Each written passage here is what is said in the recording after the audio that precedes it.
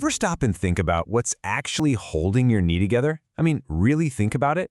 Today, we're diving deep into the incredible engineering inside the knee, specifically focusing on two ligaments that are absolutely vital for its stability. Let's get right to it. So, your knee, it bends, it twists, it takes a pounding every single day. But what stops the whole thing from just sliding apart? Well, the answer comes down to two superstar structures, the anterior and posterior cruciate ligaments. You've probably heard of them as the ACL and the PCL. Now, to really get what these ligaments do, you just have to remember one simple but super powerful idea. In the world of biomechanics, form always follows function. The way something is built tells you exactly what its job is. And it really all boils down to this one core idea. It's all about where a ligament starts and where it ends. Those attachment points create a specific path, and that path dictates its precise job in keeping your knee stable. It's actually a beautifully simple concept that explains everything we're about to cover. Okay, first up, the ACL. Take a look at its path here. It's not running straight up and down at all. It actually cuts across the joint on a diagonal, connecting the side of your thigh bone over to the very front of your shin bone. Now let's look at its partner, the PCL. And you can see, right, it's a totally different story. Its path is much more vertical, running pretty much straight up and down from the front of the thigh bone to the back of the shin bone. And these two different paths, well, that's the whole key to their different jobs. All right, so let's dig into the ACL a little more. Because of that unique diagonal path we just saw, it serves as a very, very specific kind of stabilizer for the knee. So the big question is, why does it run diagonally? Well, it's all in the attachment points. It starts way over on the outer side of your thigh bone, that's called the lateral femoral condyle, and it travels across the joint to connect to the very front of your shin bone, or the anterior tibia. It's that side-to-front connection that creates the angle. And because it's on that angle, it has a few really critical jobs. Number one, it's the main thing that stops your shin bone from sliding too far forward. But it also does a ton of work controlling the knee's rotation and stopping it from buckling inward. It's a real multitasker. So, if you're going to remember just one thing about the ACL, make it this. Its main job is to stop the shin from sliding forward. Think of it like a seatbelt for the front of your knee. All right, let's switch gears and talk about the ACL's partner, the PCL. Now that we've seen its more vertical structure, you can probably guess that it has a very different and much more specialized role to play. So what's its story? Where does it connect? Well, the PCL attaches more towards the front and center of the thigh bone, the medial femoral condyle, and it runs straight down to anchor onto the back of the shin bone, the posterior tibia. That front-to-back path is exactly what gives it that straight up and down orientation. And because of that direct, vertical path, its job is super specific. It is the main force that stops your shin bone from sliding backward. See, unlike the ACL, it doesn't really do much for rotation or side-to-side stress. It's a total specialist, working almost exclusively in that straight, forward and back direction. So, the takeaway for the PCL? Super simple. It's the main brake. It's what slams on the brakes to stop your lower leg from sliding too far backward, like when you land from a jump. It's the knee's reverse seatbelt, if you will. So, we've kind of pulled them apart and looked at them one by one. But the real magic is how they work together, right? They're not competing, they're a team. A perfectly designed system for total knee stability. And this little cheat sheet really brings it all home.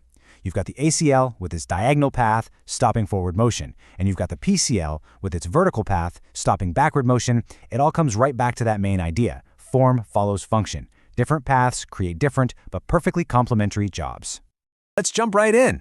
The thing you gotta understand is that at its core, your knee is constantly performing this incredible balancing act on what's basically a slippery, unstable surface. I mean, really, stop and think about this for a second. Why doesn't your thigh bone just slide right off your shin bone when you move? The end of your femur, your thigh bone, it's kind of like two round knuckles just sitting on the pretty flat top of your shin bone, the tibia. So what on earth stops it from sliding right off the front or back every time you bend your leg? Now look, to be fair, the knee isn't totally on its own. It's got a basic support crew, right? You've got muscle forces pulling across the joint. You've got this tough capsule wrapping around the whole thing, ligaments on the sides, and even the shape of the bones helps a little. All this stuff gives it some general stability. But, and this is the huge but, that whole support crew has a major weakness. They are just not equipped to handle the really powerful front-to-back sliding forces, what we call anterior-posterior forces, that happen with almost every move you make. And these forces have a name: shear forces. Yeah, shear force. That's the specific villain in our story today. It's that sliding force between the femur and the tibia. And dealing with that force, that's the super specialized job of two ligaments tucked deep inside your knee, the cruciate ligaments, your ACL and PCL. They are the true heroes of stability. So how in the world do they do it? Well, it all comes down to this really fundamental principle, almost like a secret language for how joints are supposed to move. We call it the roll and glide rule. So check this out. Your knee basically has two modes of operation. When your thigh bone moves on your shin, think about standing up from a chair, the bone rolls one way, but it glides the opposite way. And this is brilliant because that opposite glide cancels out the shear force, making it a super stable movement. But when your shin moves on your thigh, like when you're kicking, the roll and the glide happen in the exact same direction. And that combo, it just makes the shear force way worse, creating a much more unstable situation. Okay, so these two different rules, they play out in two totally different arenas, which biomechanics folks call open chains and closed chains. Let's break down exactly what that means. And honestly, the difference is pretty simple. A closed chain movement, that's just when your foot is planted firmly on the ground. Think doing a squat or standing up. That's our stable, roll and glide in opposite directions world. Then you've got an open chain movement. That's when your foot is just free, hanging out in space, like kicking a ball or using one of those leg extension machines at the gym. And that is our less stable roll and glide in the same direction world. All right, let's see how this actually works in the real world. We'll start with the safe and sound closed chain world of standing up and sitting down. Okay, so as you start to stand up, your femur begins to roll forward on your tibia. Now, that rolling action creates a forward shear force. It's trying to push the femur right off the front. But just in the nick of time, your posterior cruciate ligament, the PCL, it tightens up. That tension not only stops the forward slide, it actually pulls the femur backward, creating that perfect, stabilizing glide we were talking about. It's basically acting as a check rein. The PCL is the tether that makes absolutely sure that as the femur rolls forward, it's forced to glide backward, keeping the whole joint perfectly centered and safe. It's pretty amazing. Okay, now let's hit rewind. When you sit down, the femur rolls backward, which creates a posterior shear force. This time, its partner, the anterior cruciate ligament, your ACL, jumps into action. The ACL puts the brakes on that backward roll and gently guides the femur into a forward glide, again, keeping everything beautifully lined up. So in this motion, it's the ACL's job. It's the check rein that stops your thigh bone from slipping off the back of your shin. You see? The ACL and PCL are a perfect tag team. Okay, so that's the safe, stable world of closed chain movement. But what happens when we unleash the knee in an open chain? Let's take a look at something like kicking. So when you kick, it's your tibia moving on your femur. And what was the rule for that? That's right, roll and glide happen in the same direction. So the tibia is rolling forward and gliding forward at the exact same time. These forces just pile on top of each other, creating a massive anterior shear force that's trying to yank the tibia forward. And in this situation, there's only one thing standing in its way: the ACL. It has to take the full force, all on its own. And this is the take-home message right here. This is the moment of maximum danger for your ACL. Open chain knee extension, whether you're kicking a soccer ball or using a leg extension machine, puts the absolute highest amount of stress on that ligament.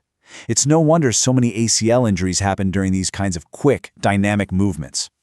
So that naturally brings us to a really important question, right?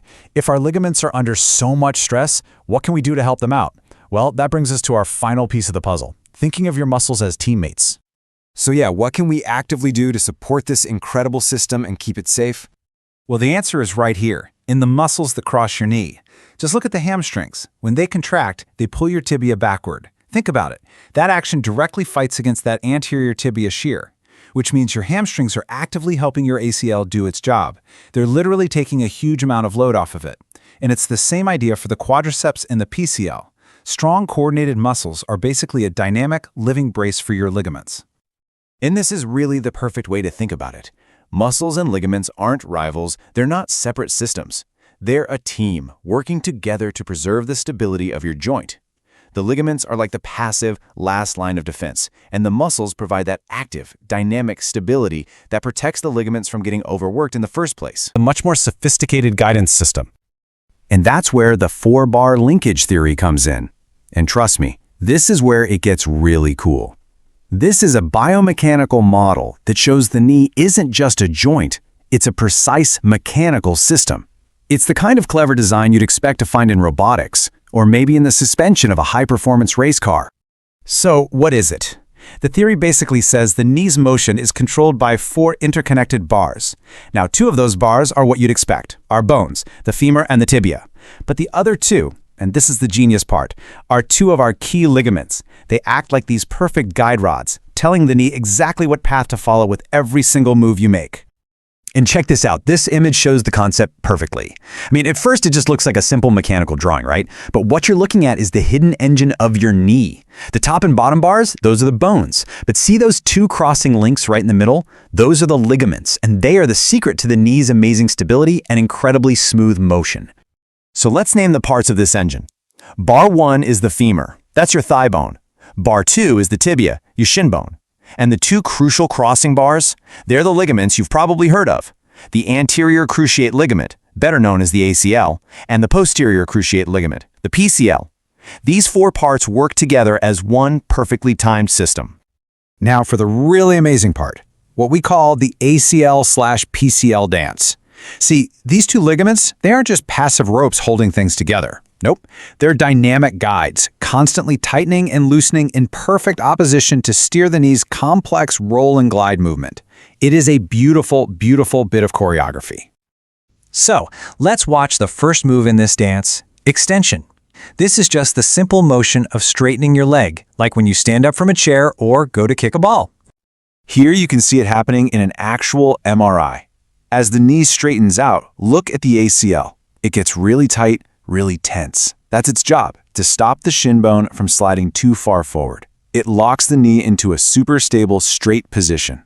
And at the exact same moment, its partner, the PCL, goes lax. It just slackens and relaxes to let that movement happen. Okay, so that's straightening the knee, but that's only half the dance. What about when you bend your knee to sit down or squat? That motion is called flexion, and when that happens, the roles completely flip. And here it is, the big switch. As the knee bends into flexion, the PCL takes charge. It tightens up, guiding the femur as it rolls backward on the tibia. And now the ACL, which was so tense just a second ago, becomes lax. It completely hands over control to the PCL. It's just a perfect, seamless handoff every single time. This quote really just nails it. This constant back and forth, this interplay of tension and slackness, is what defines the knee's super precise pathway. It's not a loose or random movement at all. It's a highly controlled motion, engineered with unbelievable precision. So this elegant system is incredible when everything is working. But this model also gives us a really powerful way to understand what happens when it all goes wrong. What happens when one of those essential bars in our linkage system snaps? Let's take a look at how this theory explains some of the most common knee injuries.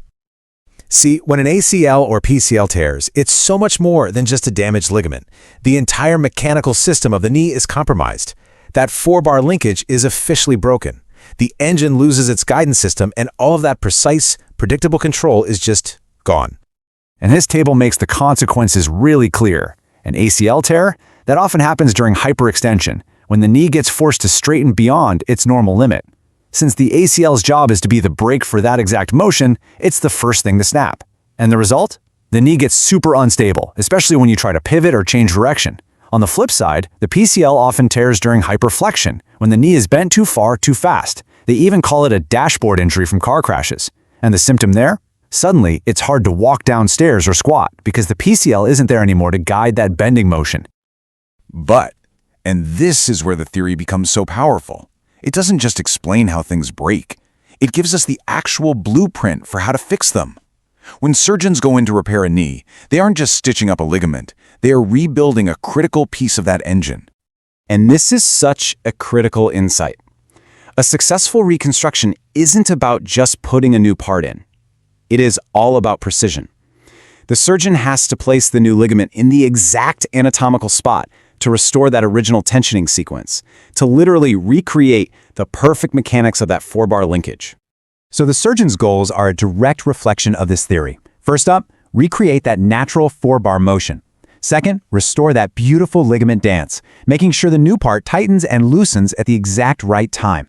And finally, you have to balance and strengthen the muscles around the knee to support and protect the newly rebuilt engine. So the next time you stand up, take a walk, or go for a run, just take a second and remember what's happening in there. Your knee is not just a simple hinge. It's a dynamic, self-guiding 4-bar linkage, a true masterpiece of natural engineering that gives you that perfect mix of rock-solid stability and amazing flexibility.